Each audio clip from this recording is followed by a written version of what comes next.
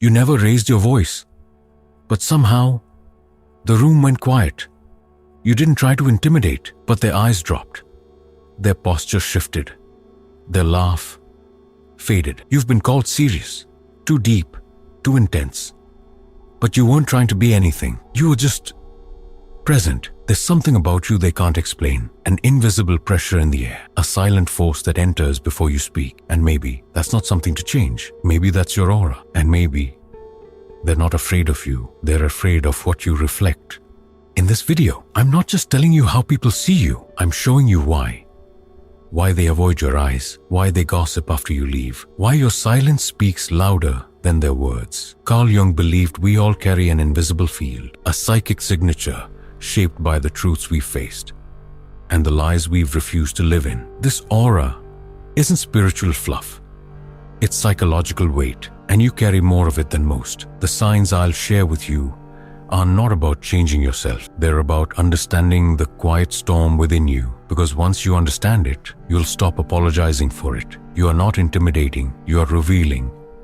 And people aren't scared of you. They're scared of what your energy says about them. Most people think of an aura as light, a glowing halo, a mystical field. But Carl Jung didn't believe in that kind of aura. To Jung, your aura wasn't made of color.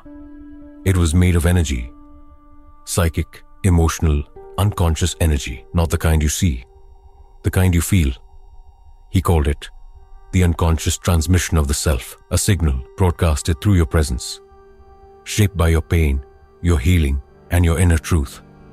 Every scar you've integrated, every mask you've thrown away, it radiates. It disturbs the surface around you. That's why they flinch.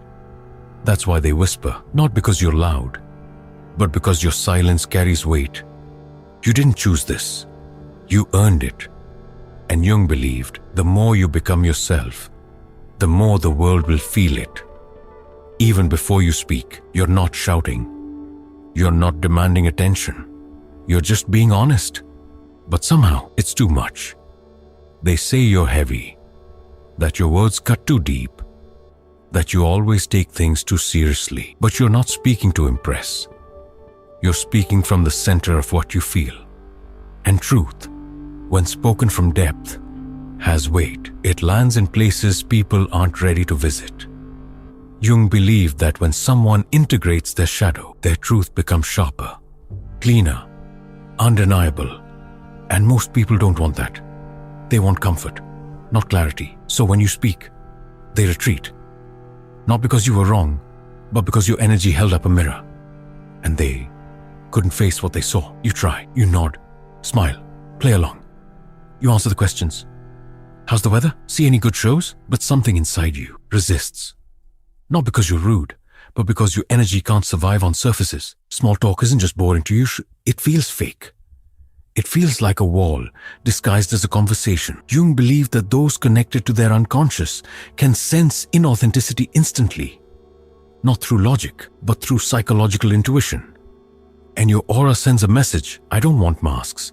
I want truth, but truth makes people uncomfortable, and your energy breaks the script. So they say you're quiet, cold, distant, but the truth is, you're starving for something real, and your presence refuses to pretend otherwise. You never ask for it, but it happens. In lines, in waiting rooms, in quiet moments, a stranger starts talking, and then they spill their divorce, their trauma, their secrets. You didn't invite it, but they hand it to you like a burden they can't carry, and you listen. You always do, because deep down, you understand their pain, even if you've never lived it. Carl Jung believed some people unconsciously embody the healer archetype, not because they want to fix others, but because they've faced their own darkness and made peace with it. Your presence feels safe, still, open. But here's the paradox. You absorb their storms and walk home with silence. They feel seen. You feel invisible. You hold their pain. But no one asks about yours. Your aura is magnetic to the broken, but invisible to those who only see themselves. And over time, that weight starts to ache. You enter the room, and you feel it. Someone looks up, then quickly looks away. Their tone softens. Their body shifts. It's subtle, but undeniable. Sometimes they stare, not with connection, with confusion, like they're trying to read something they've never had to face. Carl Jung said that when you integrate your shadow, your presence reflects what others deny. Your gaze becomes more than social, it becomes symbolic. You're not just being seen, you're revealing, and not everyone wants to be seen that clearly, especially not by someone who doesn't flinch. So they flinch instead. They label you as intense, intimidating, too much, even when you haven't said a single word. But your aura already did, and it asked a question they weren't ready to answer. Have you faced yourself? You're just sitting there, breathing, existing, but someone shifts.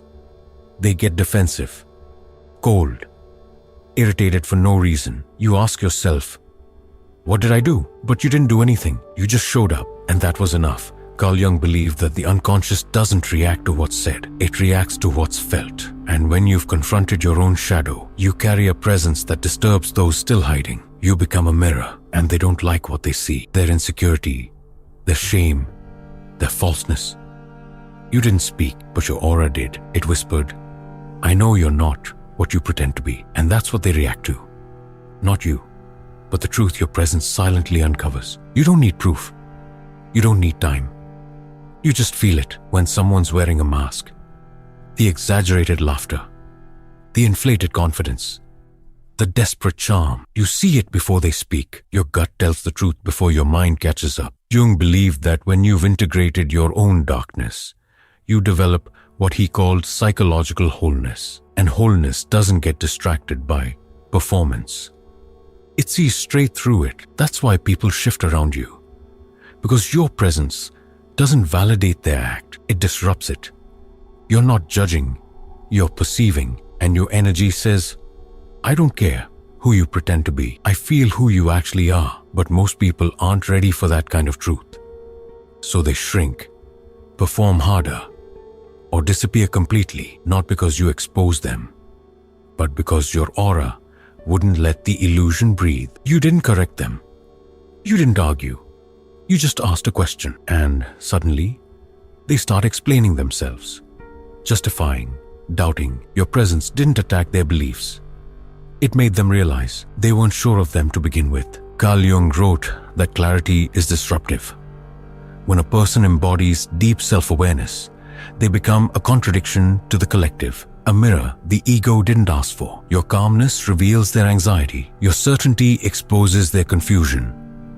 Your silence forces them to fill it with defense. They start to overthink around you, not because you're intimidating, but because you're clear. And in a world addicted to ego validation, clarity is a quiet rebellion. You don't need to dominate. You don't need to preach. Just being fully yourself is enough to destabilize every lie they built to feel safe. They tell you things they've never told anyone. You listen. You don't interrupt. You don't judge. You just hold space. And in that moment, they feel seen, maybe for the first time. They say things like, I've never told this to anyone before. You just get it, but then they vanish. They stop replying. They grow distant. The connection breaks. And you're left wondering, was I too much? No. You were too real. Carl Jung believed that when someone is truly seen, it activates the parts of them they've spent years avoiding. Their shadow, their buried grief, their truth. You didn't harm them. You revealed them. And not everyone wants to be revealed.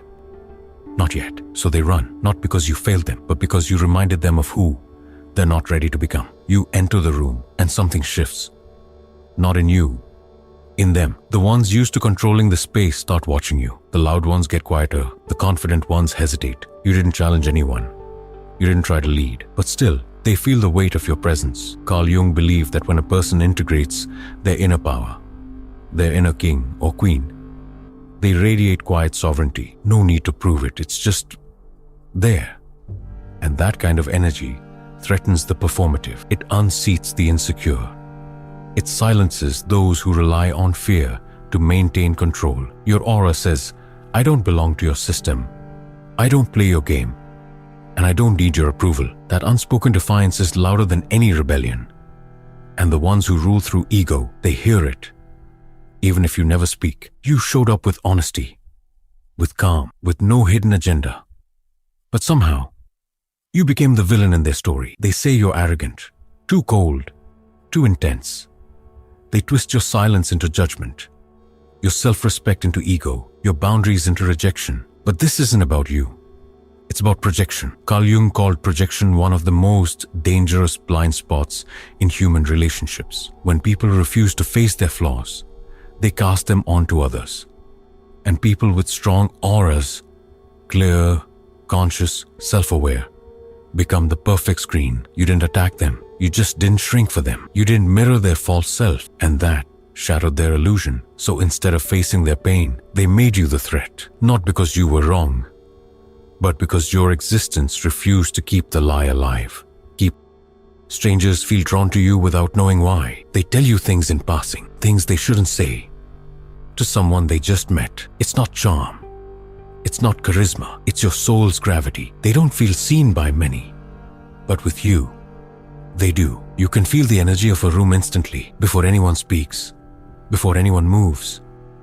You feel the tension, the unspoken resentments, the lies beneath the politeness. Jung called it psychological intuition. You don't just sense it, you absorb it. You've always felt not of this world. Even around people you love, even in crowds, you feel different, ancient, like you came here with something to remember and something to awaken. People react to you without understanding why. They guard themselves.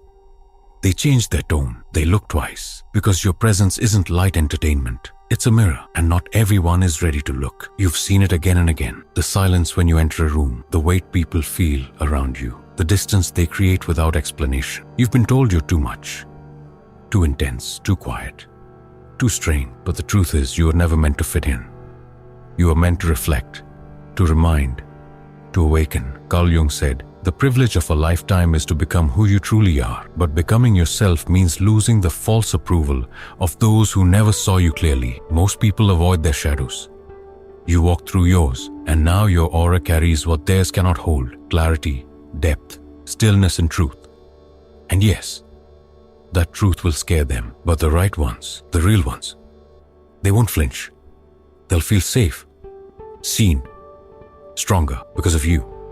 So the next time someone tells you you're too much, just remember, you're not too much. You're just rare. And rare things were never made to be understood. They were made to be respected. Who